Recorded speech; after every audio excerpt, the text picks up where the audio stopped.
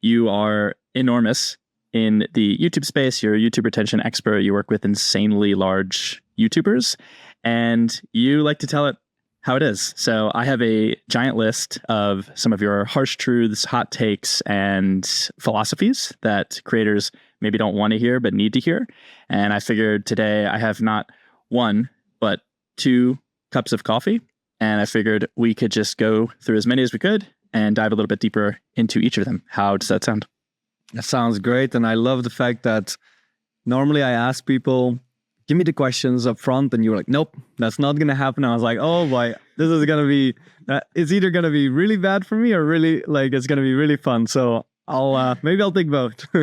No teleprompter for you today. Okay, let's dive in. First one. You might tell others that you don't focus on the number, but in reality, your motivation is dependent on whether the numbers show up in green or gray.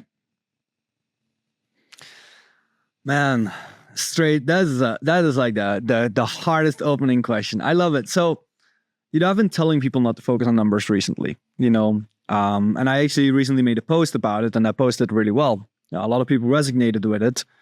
I think that it resonated 50-50 well and 50-50 not. So in this post, I refer to the numbers as, the numbers are important to look at, but don't let it distract you.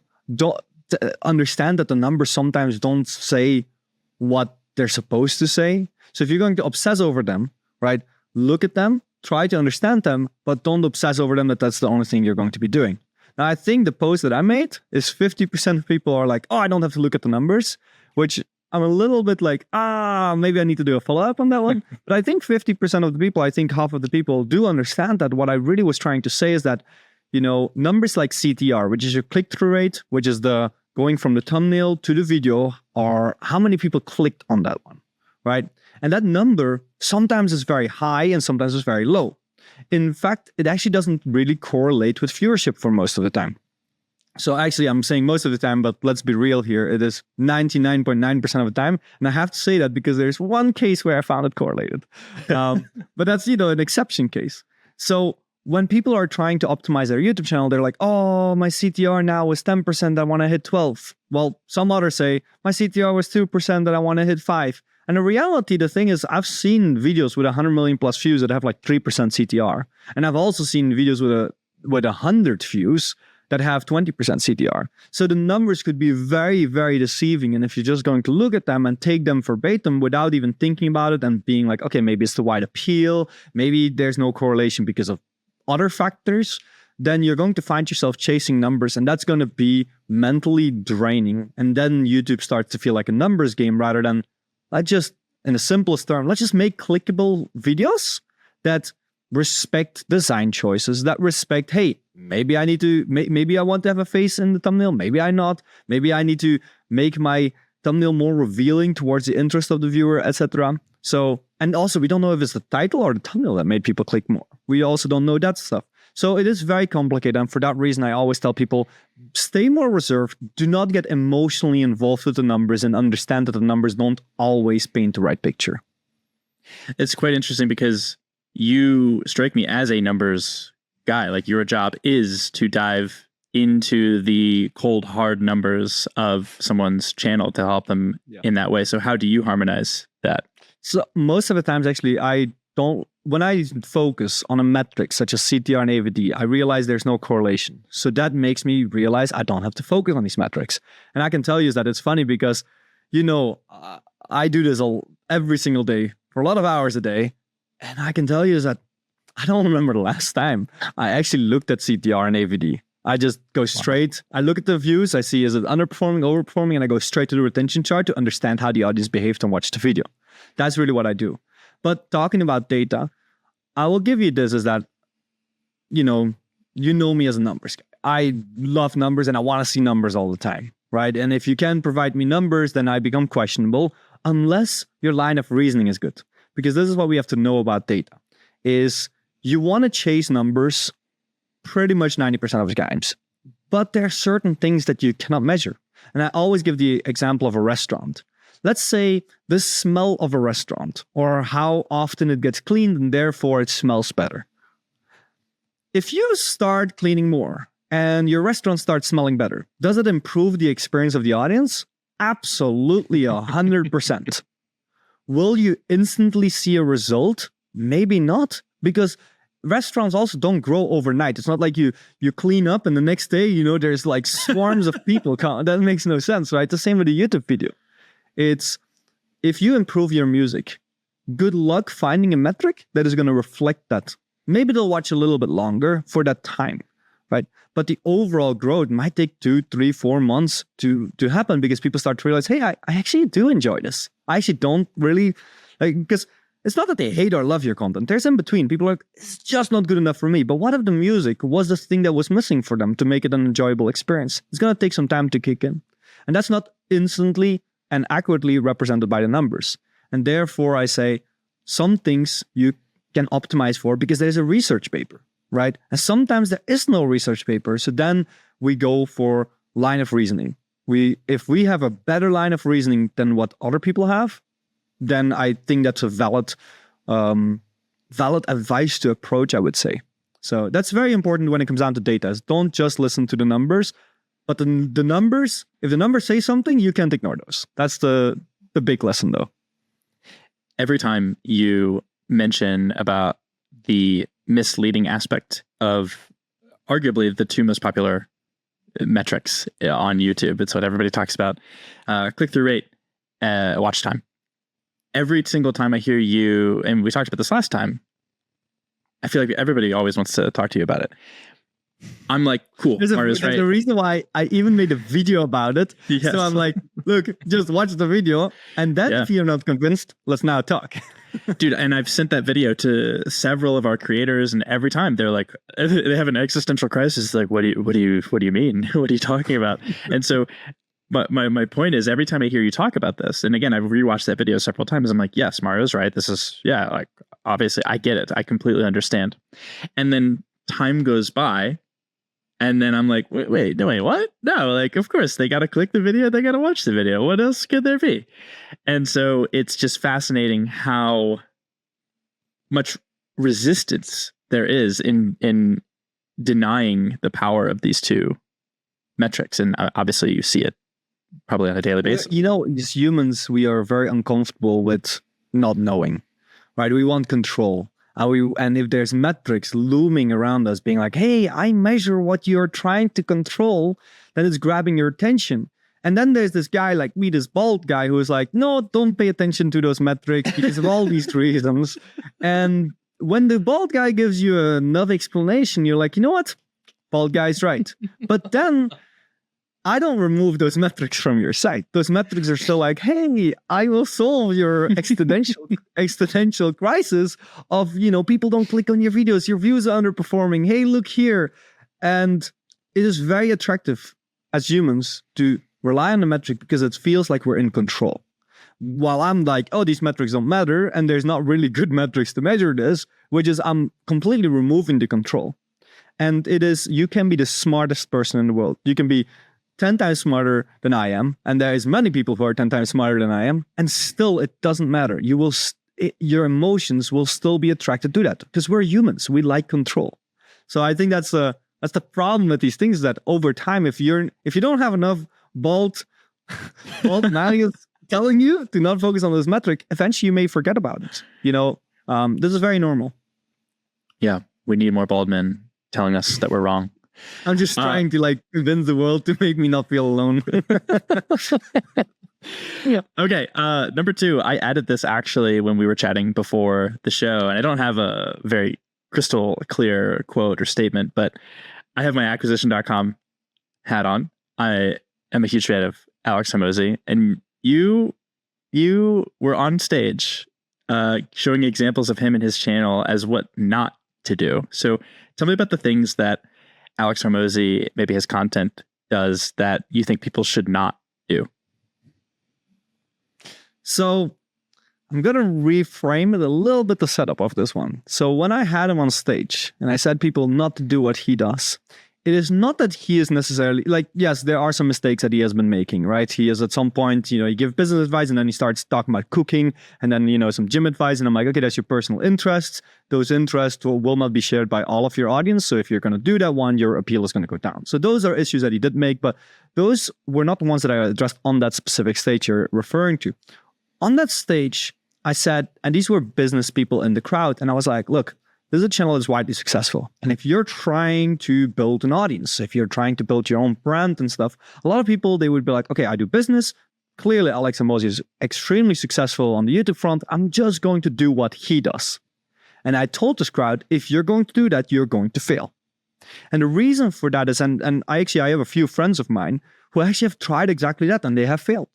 Because I told them as well, Alex could say, hey, how I build $1 million business. And you would click on it because he's got the social proof. You are familiar with him. You know he is for real. You can trust him. There's all these factors that come into play with him that are needed for somebody to be interested in clicking on that video. But if you see somebody, and I've seen this with even people building $1 billion company or who are literally selling their company for $1 billion, and they now go into personal brand building, and then what happens is they start to make these videos, but the social proof is not there, and I'm not familiar with this person, and that makes people way less likely to click on those videos, because now you're like, okay, who is this guy? Like, come on, like this guy is talking out of his ass, because we assume that if somebody talks about building $1 billion company, they should have 1 million views. They shouldn't have 200 views. So that's the first factor, is the power of social proof that Alex has that other people don't have. So if some of his videos rely on that social proof. So if you're just going to copy anything that he does, it's not going to work. But then there's another aspect, and that's the aspect of outlier theory. So outlier theory is the idea that whenever we copy or be inspired by videos from other channels, that we don't just pick any video. That what we pick is we pick what we call outliers. These are videos that score a higher amount of views than the average in a certain time period.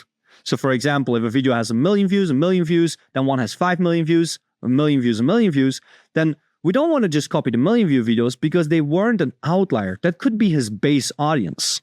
But the 5 million view video had an extended reach. It reached beyond his base audience. So those are the ones we want to be interested in, because we are not trying to reach our own audience. What we're trying to do is we're trying to reach a further audience. So by focusing on outliers and constantly chasing outliers as a means to come up with our video ideas, we increase the chance that our channel will grow because of the ideas that we're making. And that was the main point that I tried to make on that stage, is that, let's say you're seeing a musician, for example. Same thing, maybe it might not be a YouTuber. You're not just trying to copy the music that's out there, because you will not be the next viral hit. You're trying to figure out, okay, what stands out, right? And then you want to theorize about that and pick the elements that you believe or that you can measure that really make this outstanding, and then create your own version of that. And when you do that one, you're most likely to grow. This is when people live by inspiration. And that's what I'm saying as well. Most people think in a YouTube channel, you have to be fully creative. And creative means coming up with the most random things. That's not what creativity is, by the way. If we investigate the concept of creativity, often it is just you're trying to come up with something given a set of limiting parameters. And what that means is that figure out what are your rule sets. What are the rule sets and the walls you want to live between? And now create a content piece within those walls. And that problem solving is also creativity. So if you're not a creative person, that doesn't mean you cannot be a creator, right? I'm a data guy, and some of my solutions are very creative because they just solve the problem, right? So that's like a lot of information, but that's really the message that I try to send on that stage, is don't just copy somebody successful, understand their success and be inspired by the things that give them an extended reach. I see. So less to do with, here's what Alex Hormozi is doing wrong, and more, hey, don't make this mistake, those of you who just think you can do what he has done. Yes, and that doesn't mean that he doesn't make mistakes. I mean, like you mentioned earlier, I work with a lot of big creators, right? And that's really my expertise. If you ask me to grow a channel from 0 to 100,000, it is not my passion, but also like a lot of my advice will not be the best advice for a channel that size. And the reason why is because my advice really focuses on that 1% improvement sometimes. Now, a lot of times when you want to go from 0 to 100,000, upload cadence, your base topics, how do you segment your content, those are the things that you pay attention to. Those are the things I don't talk about often enough, but that's because I don't target those people. But what I'm trying to say here is that even those large channels, right? Often we see, okay, since they're focused on those 1% problems, they're so good. But I can tell you as well is that even with those large channels, I sometimes talk about literally the basics. I talked yesterday to somebody about what makes for good storytelling. And that's like the basics of storytelling. That's not even like 1% improvements. Have you seen those midwit memes where it's low IQ, mid IQ, high IQ, and then it's always the low and high IQ just doing the same thing. So low IQ would be tell good stories, make something people want, and then the midwit in the middle is like, well, maybe what color should I use in the thumbnail and all the just AVD and how do I optimize it?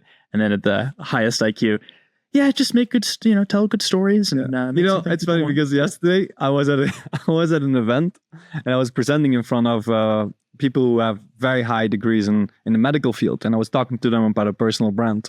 And what's funny is towards the end of my presentation, I was trying to give them advice if they want to get started in their personal brand.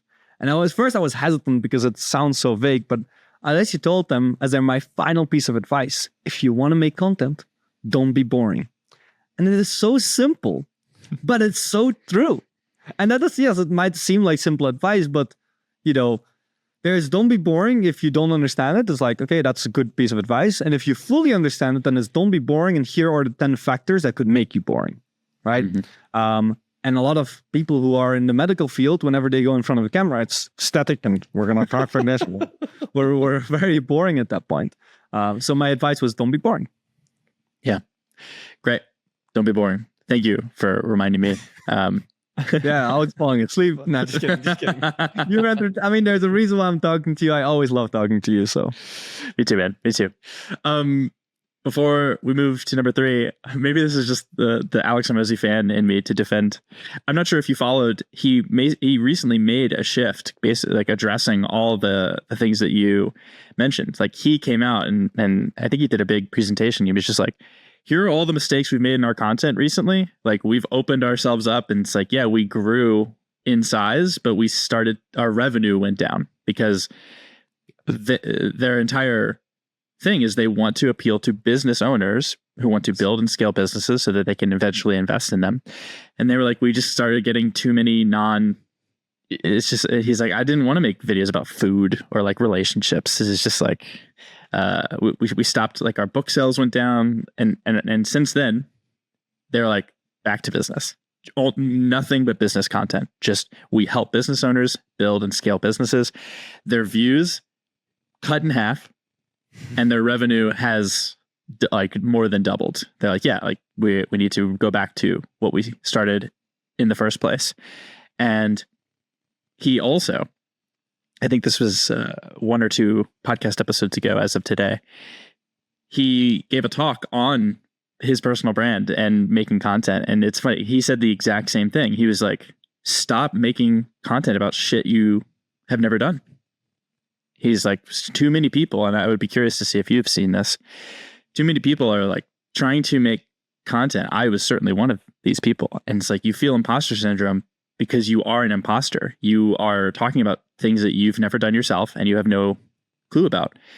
Right? Case in point, when I started my podcast where I interviewed YouTubers, I also tried to pair that with like, here's how to grow on YouTube. Meanwhile, I had like 300 subscribers. It's like, dude, what are you talking about? Why should anybody listen to you? And my final funny point on this, I have a screenshot. I could send this to you after the show, but when I first started my Twitter, I think I started and deleted my Twitter like 3 or 4 times before my current one now. And I made a tweet thread and it said, how to get your first 1,000 followers on Twitter. And right above that, you could see I had 12 followers. I know where this is going. I know where this is going. I had 12 followers. And so, and I looked at it maybe a day or 2 after, no one liked any of it, like, cause it just went into the void. And I took a screenshot cause I was like, I don't ever want you to forget this feeling. Stop making content about shit you have no idea about. You're just copying what you think other people have said and what you think is useful. So anyway, that's why now I would just rather talk to people who know their shit and do my best to extract their knowledge. But I think you don't have to be afraid always to be wrong either. And I'm saying this because, when I was growing as a consultant, I can look back. One of the first people I gave advice to, and this was just to clarify, this was not a client of mine.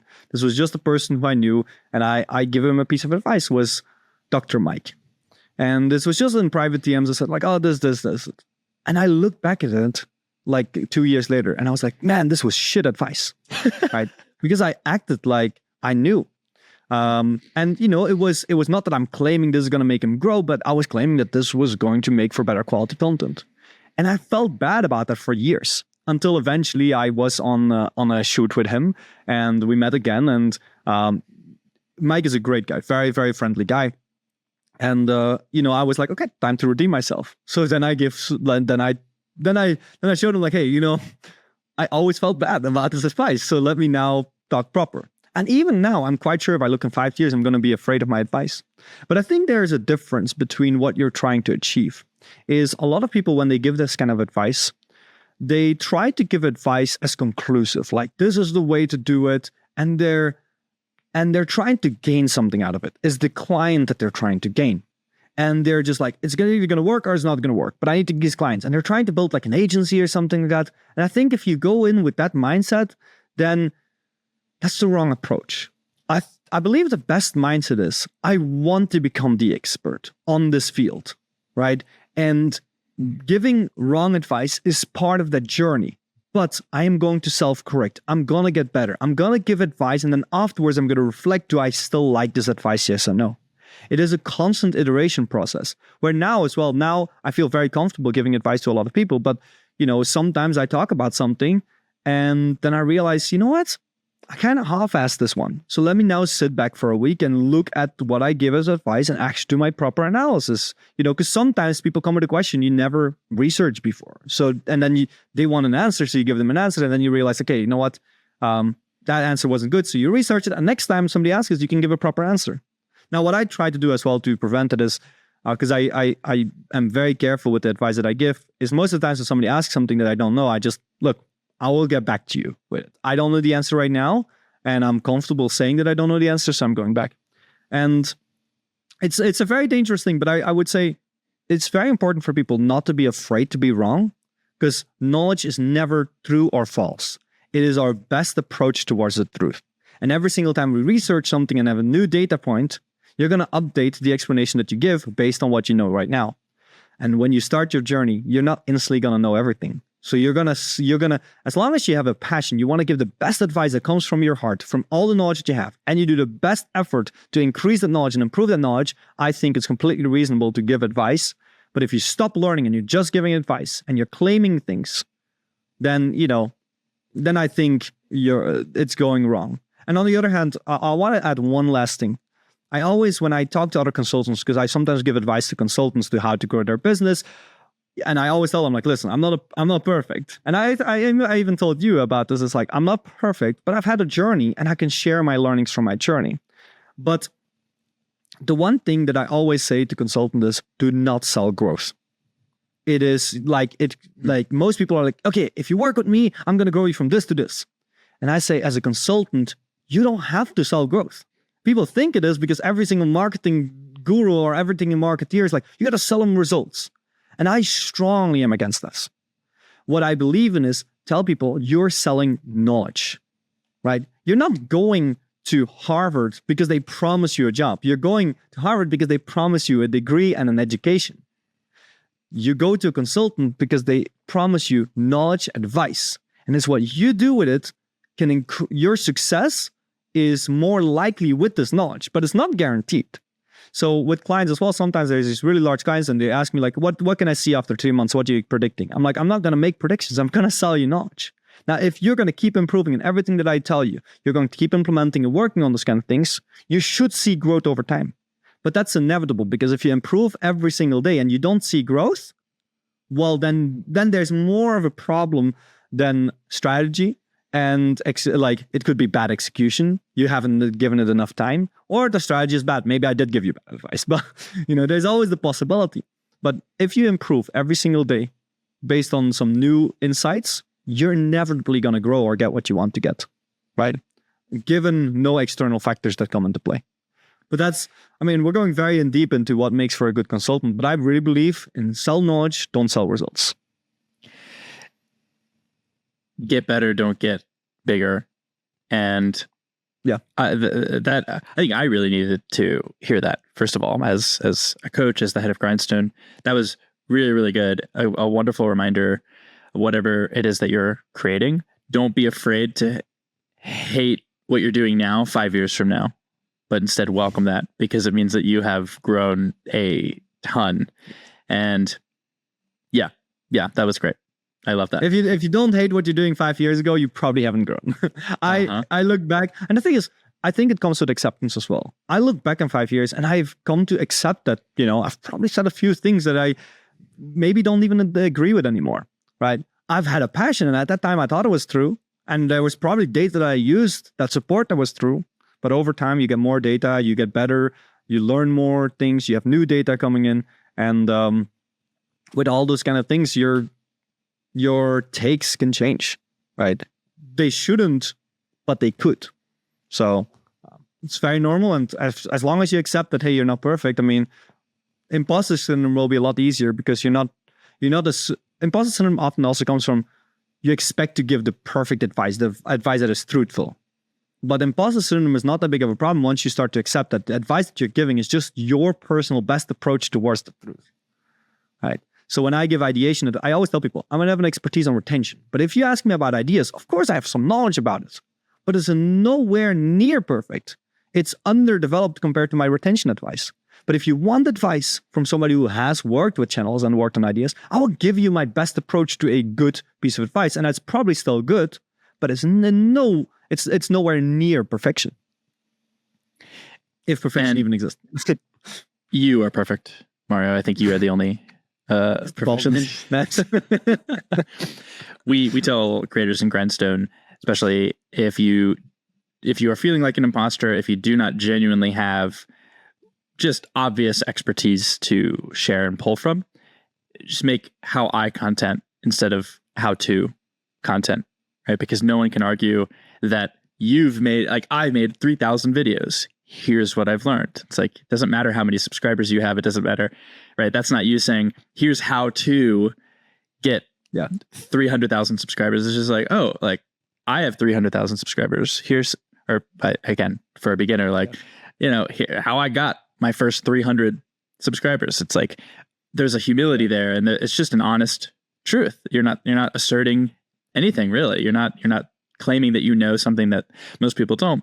You're just sharing and telling a personal story. Also share your analysis, because if you say how I got to 3,000 subscribers, this kind of pulls the narrative, and I've seen this narrative as well play out online, where it's like, you cannot say to somebody how to grow to 1 million subscribers until you've done it yourself. And it's like, well, I give advice to people with over 100 million subscribers, and actually, a lot of my clientele is over the 10 million. I can tell you that I've never even reached close to 1 million myself. But the thing is, is that you don't need to be a good football player to be a good football coach, right? And that's a very, very important lesson to learn.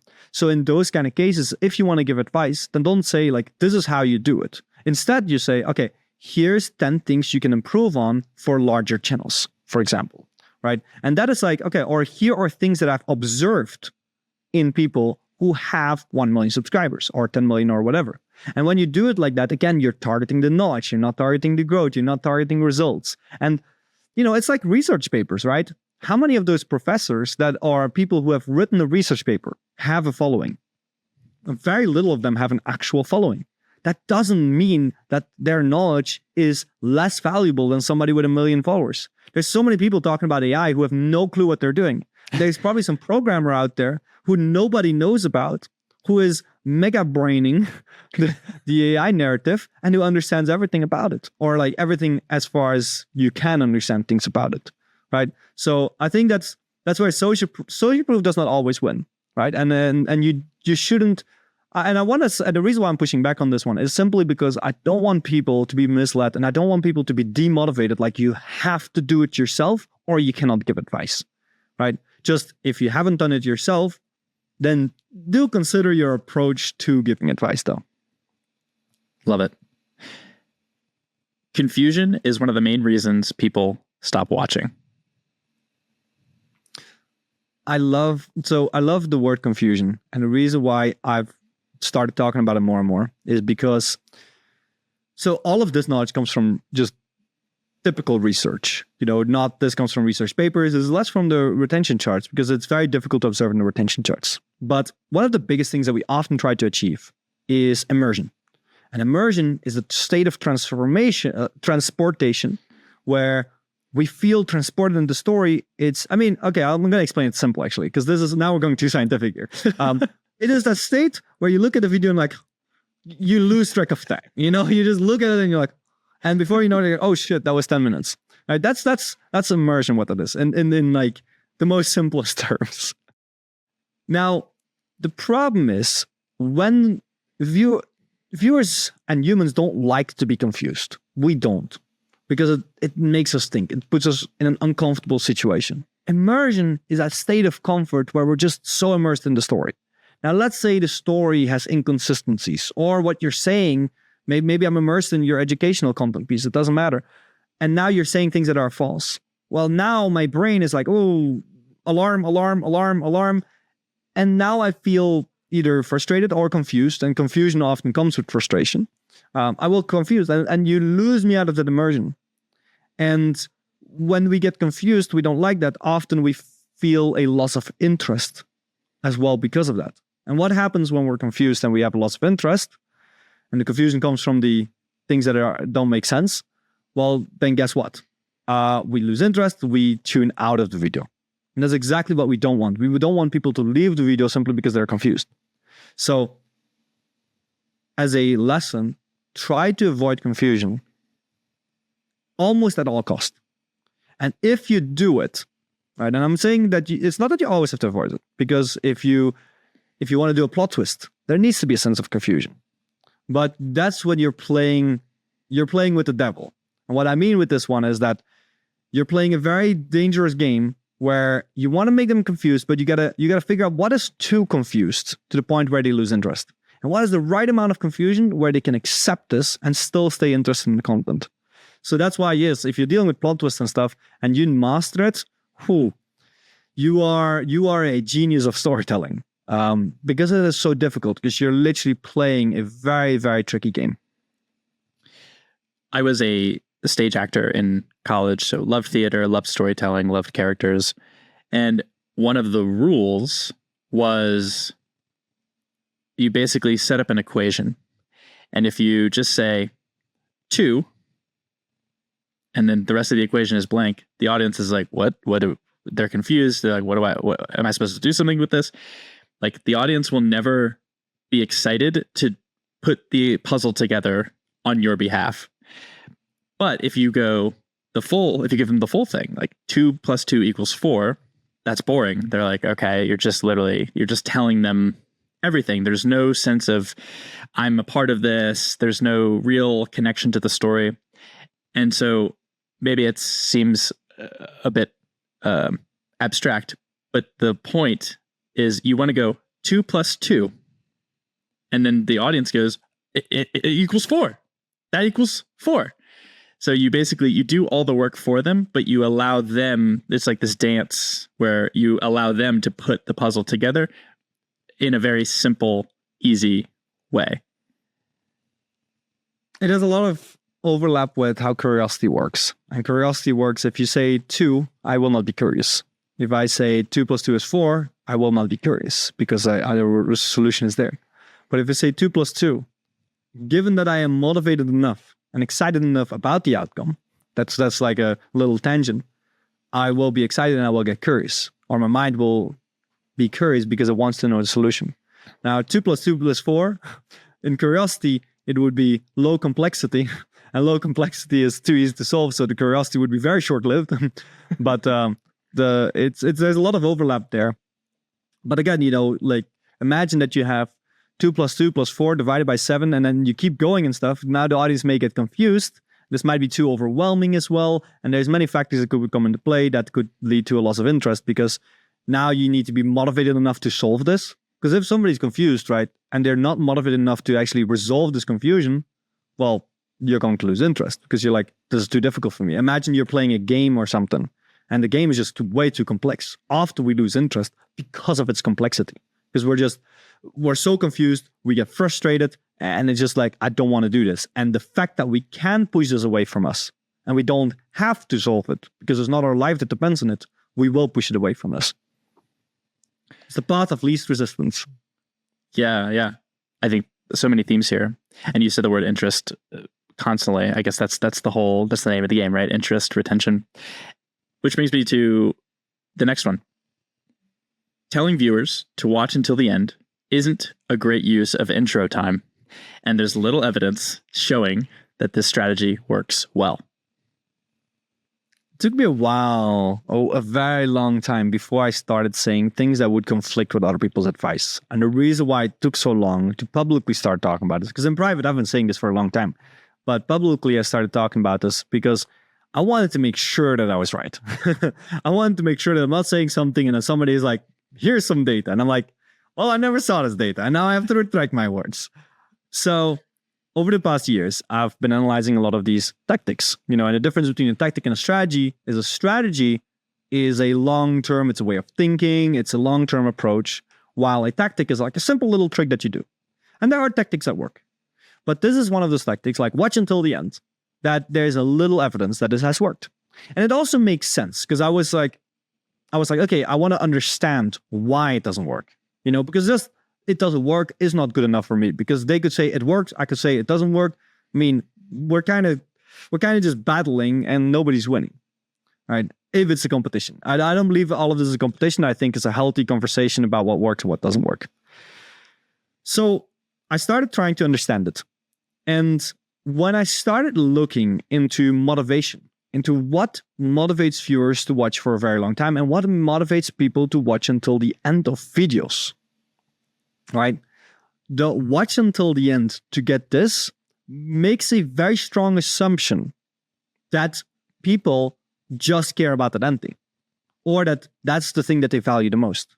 In reality, actually, we have noticed that most people value the journey towards where we go to as much as the goal itself. Now, the goal leads to a satisfying feeling, but the journey is just as important. And during those moments of revelation and where we get information that we really like, we also feel really good. So we cannot say that the goal is the only thing there. Now, that's like the basis of one explanation. And I'm trying to stay with the basis because we can talk about this for hours. The second thing is when we tell somebody to watch until the end, they may feel like we're purposefully withholding information. And that is very important to think about this, right? Are you purposefully doing this one? Or are you doing it because it is naturally part of the story? So for example, I'll tell you one case where you could work and where it's actually fairly good advice. If I say, look, we're going to build this one, and by the end, we're going to invite a massive celebrity friend. At that point, we're still precise enough, and we're saying this, and we're saying like, oh, we're going to do this. There is this really big moment in our story that's going to be exciting. And that is fine, because we're giving an exact reason. We're not being like, oh, I'm going to withhold this information. But when people say, oh, and wait until the end, because that's the coolest. Like, well, why don't you show me the coolest first? Right? Why do you force me to wait like this one? And if you say make sure to watch until the end without any reason, because in the coolest one I still give you a reason, so maybe you're still convinced, but watch until the end literally has zero reason. So why am I going to watch until the end? I'll watch until the end because I get excited. Or maybe when you say watch until the end, you reveal some blurred image, you reveal something, but you need information. Just watch until the end is not enough to convince me, because you give me nothing, and I could feel misled, information withheld, which could lead to frustration, and actually I could lose interest. There have been lots of times where I get pissed when I hear that in a short or a video, because I think, fuck you. Like, I'll watch until the end if it's a good video, just make a good video, and of course I'll watch to the end. Don't tell me to watch until the end. And there have been times where yeah, exactly. You don't tell me what to do. Yeah. And then there are people like Marcus Jones. I've had him on the show. He's a buddy of mine. He's a great, how to YouTube. Marcus. Yeah, he's great. He, I think, is an expert at this in his videos. His videos will just like keep you in this session loop where you watch one of his videos and he'll be like, there's 3 concepts you really need to know. And the third one's the most important, but it doesn't make sense until you really understand the first 2. So it's like this mental jujitsu where it's like, okay, well, I mean, I want to understand the third concept, but I guess I got to know the first 2. And at the end of his videos, it'll be like, okay, like he'll introduce a concept in the video and he'll be like, yeah, we briefly talked about this. But there's way more to understand about that. So go ahead and click this video to learn more. And then that leads you to the next one. And we were laughing because a lot of his top comments are, God, he got me. Like I'm on my 10th Marcus video in a row. But anyway, the topic at hand, sort of these little tricks to try to get someone. I guess that's I think maybe like the uneasy feeling. Like it feels like a trick. There's a difference between a good story and really just like enticing someone to go along this journey versus trying to trick them to stay longer. And we had somebody feel like they're stupid. Right. That's a perfect way of putting it. I leave those videos because I'm like, I'm not stupid. Like, just make a good video. I'm not going to watch that. We had Steph Smith on. She's a wonderful creator. And then one of our creators asked her, because she was talking about like, she doesn't do, calls to action, like, hey, like the video, like this, subscribe, but she just makes cool shit. She shares it. It's authentic. People love it. And one of our creators asked her, well, Steph, is it a bad thing to do? Because when I ask people to like the video, they are more likely to like the video. When I ask them to subscribe, they're more likely to. And she said something that really stuck with me. She said, I won't argue with that. We don't, without even getting into the data, like I won't argue with that. But if there's a large difference between getting likes and subscriptions only from you asking for likes and subscriptions, like these people, there's a lot of people who wouldn't do it unless you told them to.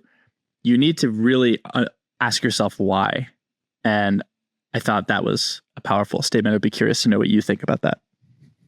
I have a similar line of thinking. We cannot deny that it will increase the amount of likes and subscriptions you have. I've run the numbers as well, and I advise also against the call to actions of the likes and stuff. But I cannot deny that they do increase. And for a lot of people, that's enough. It's like, okay, even the experts cannot deny it, so let's do it because I love my likes. But I do believe that sometimes, let's also think about the negative consequences of this one. Right. So maybe you live up the likes, and maybe the algorithm at times may consider that as a very valuable thing. And there's times that it will not. It depends on what YouTube is, how the algorithm is shaping itself. So, those are things to decide. But let's think about the negatives. If you say, make sure to like the video, let's ask a question. Can that make the content seem less quality? Can that cheapen the quality of the content? It absolutely can. Imagine that you have, okay, you know what? Imagine Einstein being on YouTube right now, and he's explaining you about his theories. And he says, guys, before we go to the next point, make sure to smash that like button. I am quite sure you will not be perceiving him in the same way, right? And I'm quite sure that he has made some stupid jokes, just as I do, just as you do, just as everybody does. But it's not a joke. Most people do it for serious, And I mean, you could call it a like, but some people say, hey, make sure to give me the thumbs up. It's like, that's it's even the way of wording it. Yes, you will increase, but it can hurt your brand. And maybe it's minimal, it depends on how you say it and stuff. But we cannot deny either that it could have negative, unmeasurable consequences, right? So, and this is what I'm saying, is that if you look at some videos that score hundreds of millions of views, a lot of them do not have any call to action, and they still perform extremely well. So the thing is like this, is that in those cases, the creator fully focused on the experience of the audience and giving the audience what they want.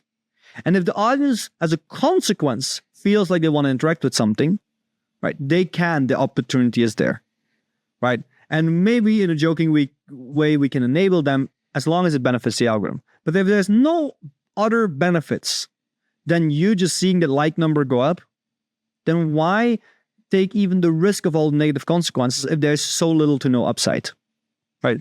But the little to no upside on an algorithm point of view, that's where we could have some arguments. And the same, by the way, doesn't just happen with video content. You've been on Twitter or on X, you've been on LinkedIn. How many times do you see a post where at the end the person says, like and reply and blah, blah, blah, does that? And it cheapens the entire thing. Or, hey, make sure to also sign up for my newsletter, right? And it cheapens their entire message. And I've analyzed a lot because I'm trying to optimize myself. I've analyzed a lot of people who actually write text content.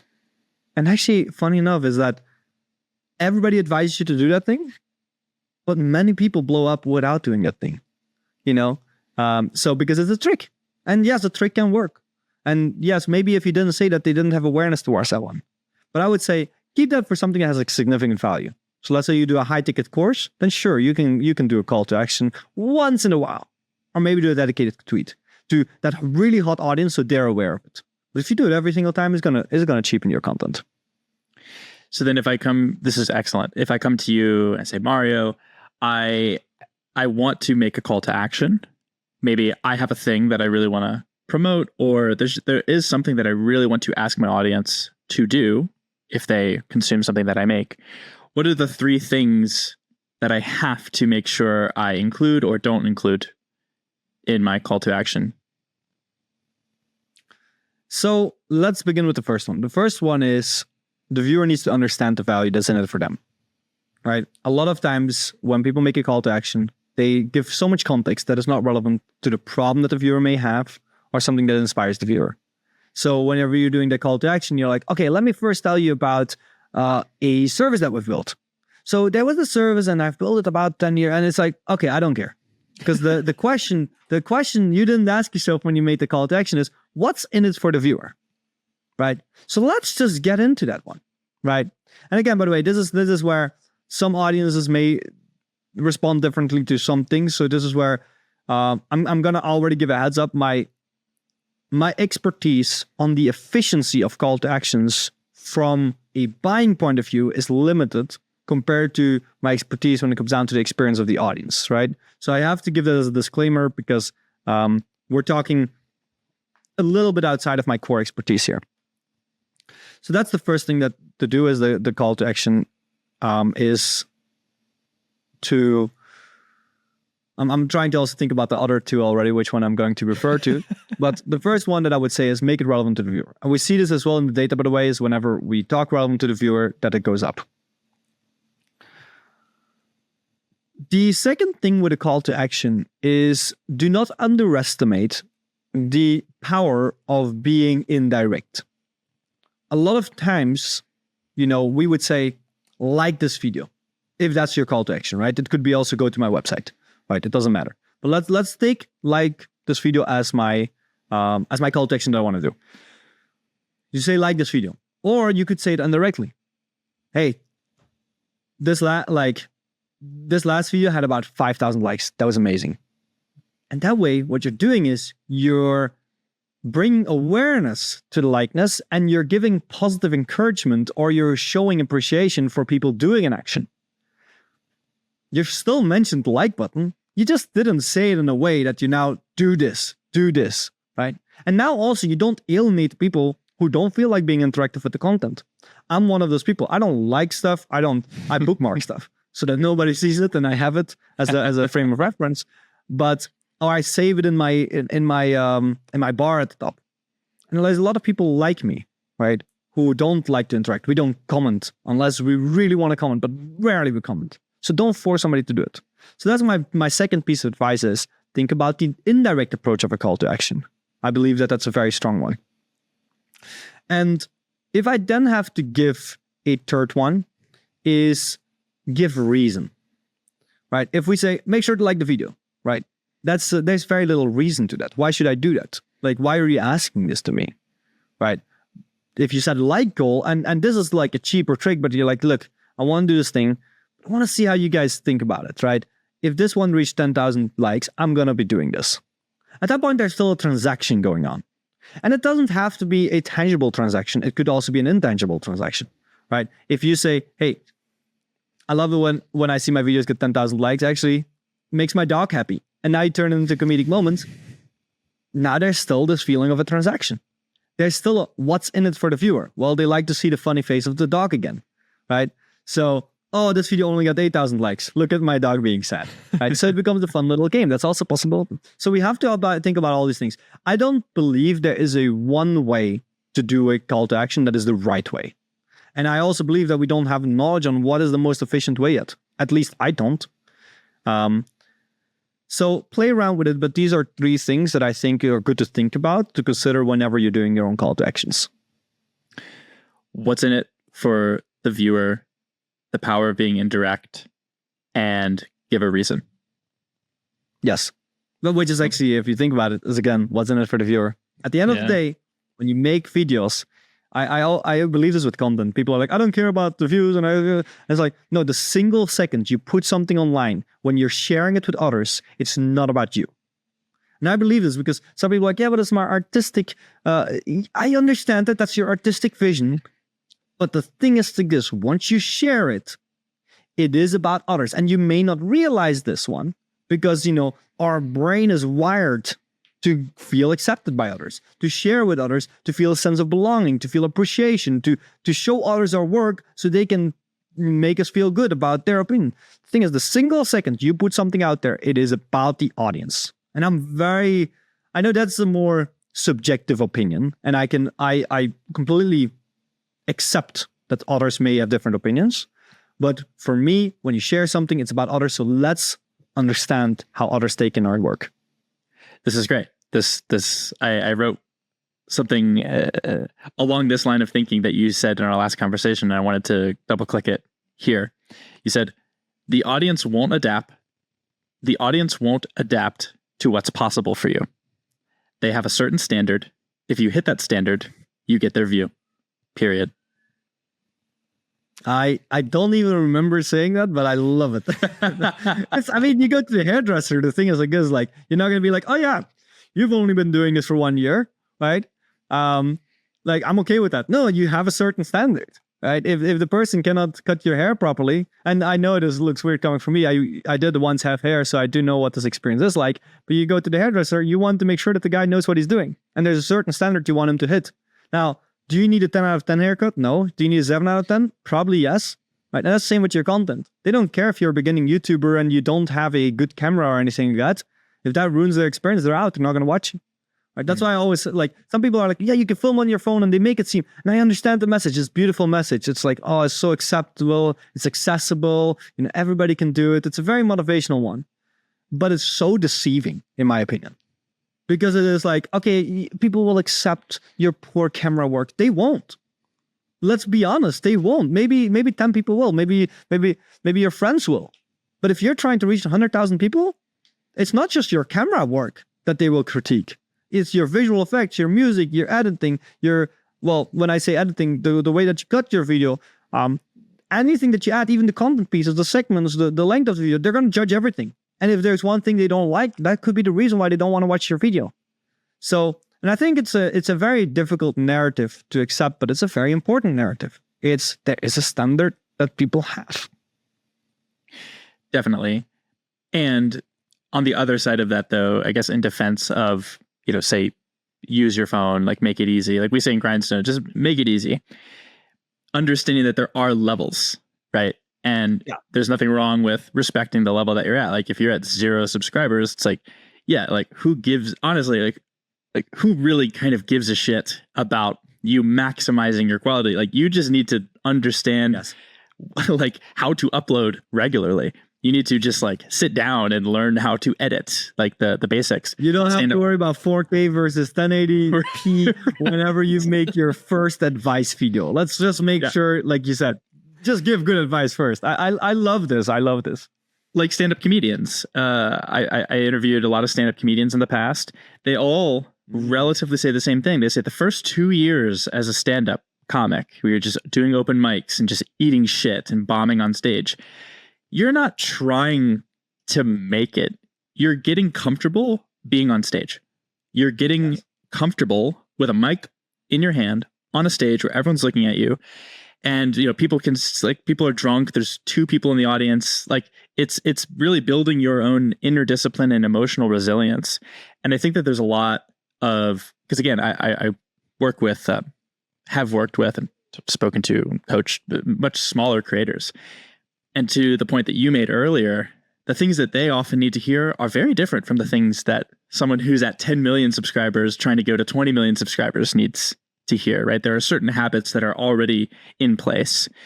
And yeah, I think whatever helps you just do the thing is exactly what you need to be doing at whatever your level is. I think I'm going to take an example from a client that I've worked with. I love this example. At once, they were making soccer videos, you know, where they do trick shots. Or they were just very complicated soccer shots or football, depending on where you're from.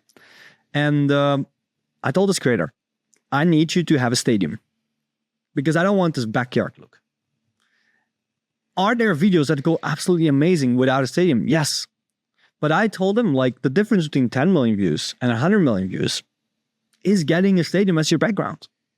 If you do want to do it consistently, by the way. It's not necessary. There's examples, because I mean, even with this one, you know, there's some trick shotters who you could be like, oh, but they do it in their backyard, and you know, that could work. But again, we're talking about the most optimized and the most certain approach, right?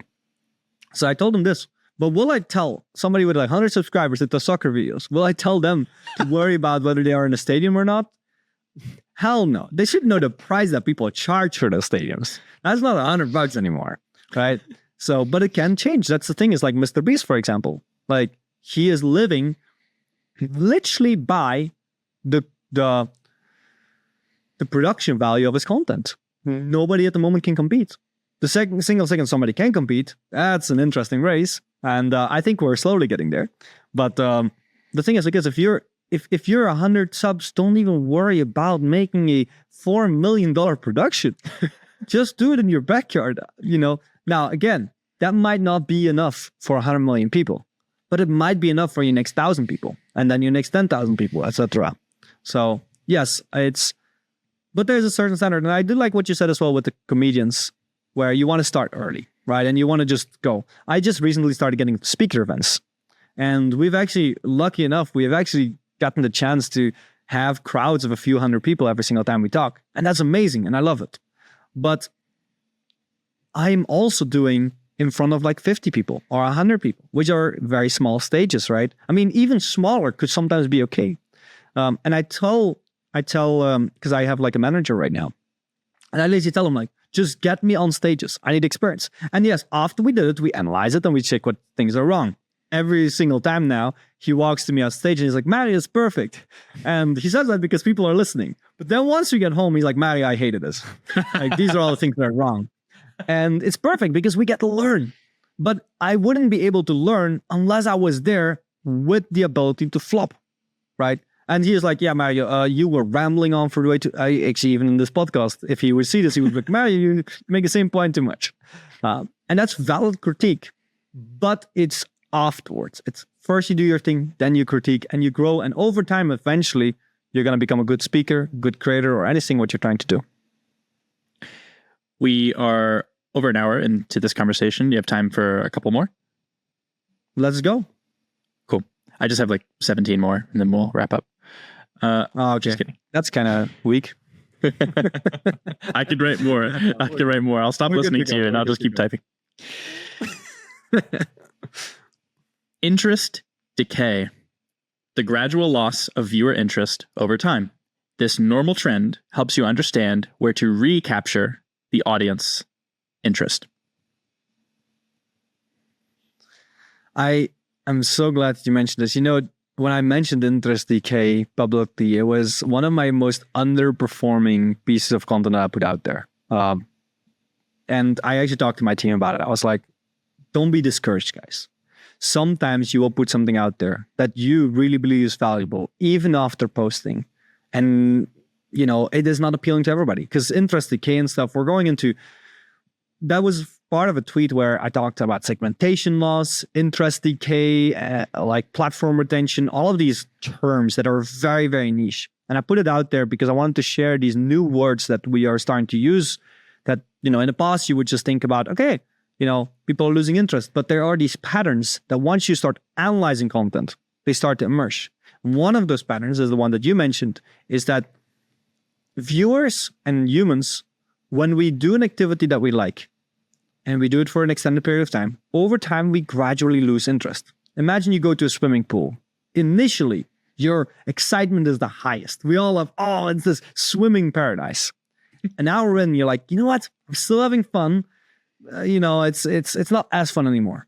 And as the day goes on, eventually, you may lose interest. And for some people, that takes multiple days. You know, you may go to a swimming paradise for 5 days. For some people, that takes hours.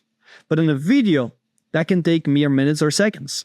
You could be interested in a video, but we always watch until one of two things. Either we lose interest, which naturally happens. It naturally happens. Or we are satisfied.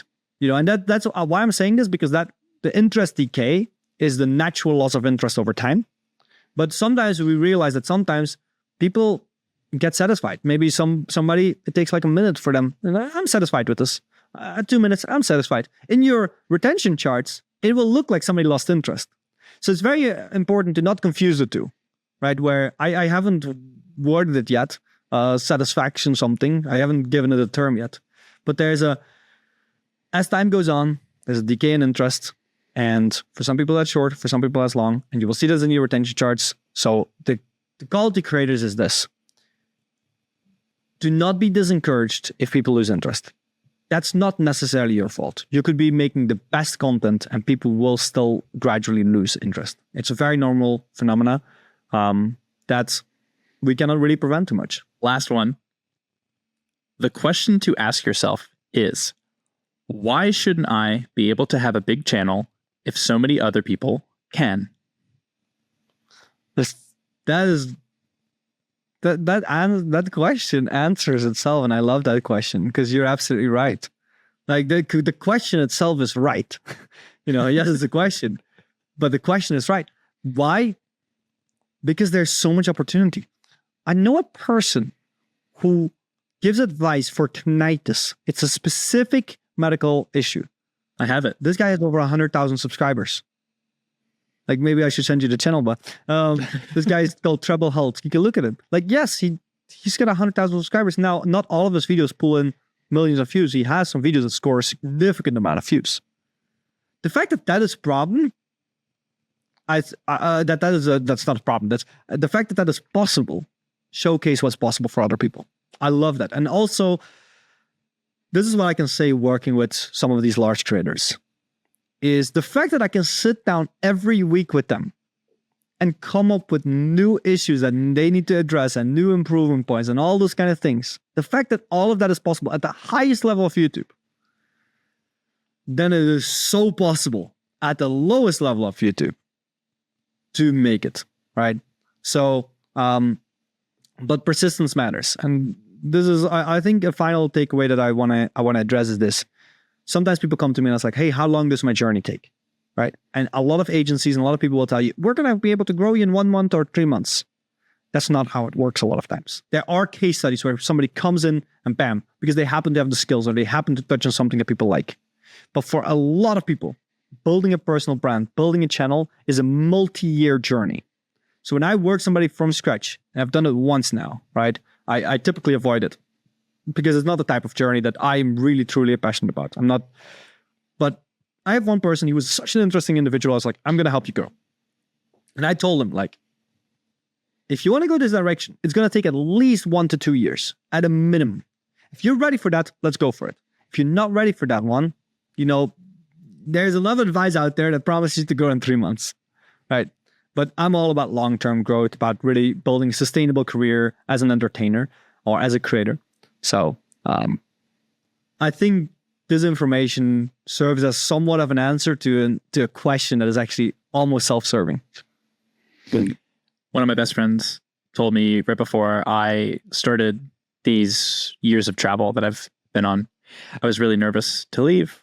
Argentina was my first stop, and I was going, and he wanted to calm me down and reassure me. And he said something that has stuck with me, and it makes me think of what you're saying now. He said, Dillan, there are so many people who are dumber than you, who have it worse than you, who are less ambitious than you. And they're doing exactly what you want to do successfully. They just put themselves out there more and they take more action. And that's what I just heard in what you said. I love that. Yeah. It's about action taking. I mean, I started making text posts on X, and I actually told you before this conversation, we are planning to make 400 plus content pieces next year, and we're going to take action. And even if they flop, we're still going to do that one. Action, or like, strategy is important for growth, but if you can't take action, strategy is useless. Well, Mario, I know one day you're going to make it.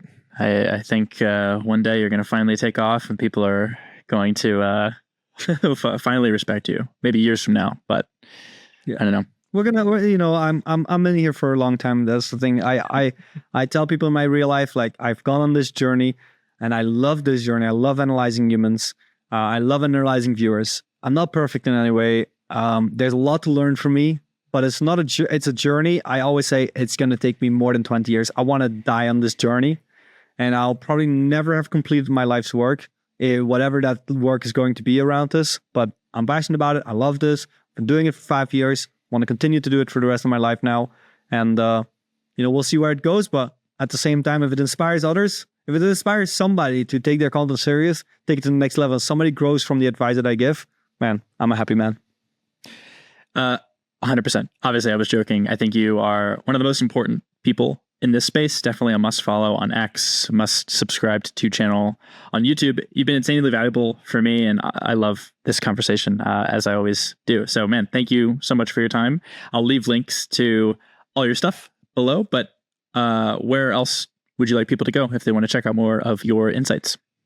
We recently expanded into all the other platforms. I say, if you want the fastest information and all the newest stuff, X is the best. X or YouTube is the best place, because YouTube is where the video content goes first. And then, but if you're on Instagram, if you're on LinkedIn, we post all the stuff that we post. X, we also, and I'm saying we because my team helps me with this one. I told them, like, I want it on all the platforms so that we don't force somebody to go to X. So Instagram, Facebook, LinkedIn, we have them all. X is just the place to go. I love X. Mario, Joos, thank you so much for your time today. This was fun. Thank you, Dillan. Taylor.